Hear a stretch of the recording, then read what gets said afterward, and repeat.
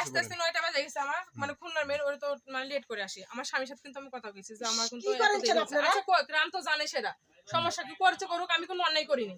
দিয়ে এখন মাকে আমি ফোন দিছি, মা আমাকে বারে বারে ফোন দিচ্ছে, বাড়িতে কিন্তু টেনশন করছে যে আমি কখন আসবো। তো আমি কিন্তু চাকরির উদ্দেশ্যে কিন্তু গেছি।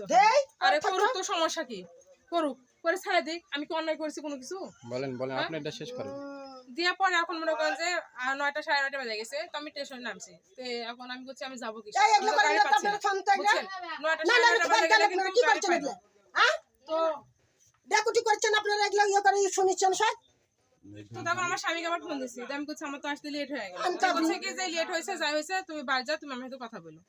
তো আইসি এর মধ্যে আসার পরে মানে ভাইকে আমি ফোন দিছি যে ভাই আপনি কোন জায়গায় আছেন? তো ভাই কি আমি হচ্ছে ললিঙাত আছি, কি হয়েছে? তো আমি বলছি ভাই আমি একটা বিপদে পড়ছি, একটু আইসেন, তো আইসা আমাকে নিয়ে যান। তো আমি গাড়ি থেকে নামে মা কিন্তু ফোন দিচ্ছে, বাড়ির সবাই জানে যে আমি কোন জায়গায় গেছি, বা মা আমাকে বাইরে ফোন দিচ্ছে। দিয়ে এখন আমি আবার কি করলাম, ভাই ফোন দিলাম, ভাই আবার কি করলো আমাকে আনতে গেছে। এই আয়না সারে আমি মানে দাঁড়াইছি, আর এর মধ্যে শপথ ভাই আইছে।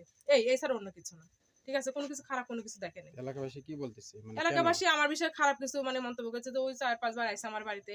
একটা মানুষের কেস কাছারি করলে আসতেই পারে, কারণ মা বলে ডাকে আমার ছোট বোন হিসেবে মানে।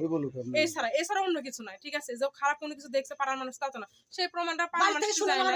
আর বাড়ি থেকে আপনি শুনেন যে আমি কি অন্যায়টা করছি, আর এটা আমার স্বামীকেও আমি ফোন দিয়ে জানিয়ে দেবো যে আমি কোন যাইছিলাম না ছিলাম, আমার স্বামীও জানে, বুঝছেন? বাস এটুকুই।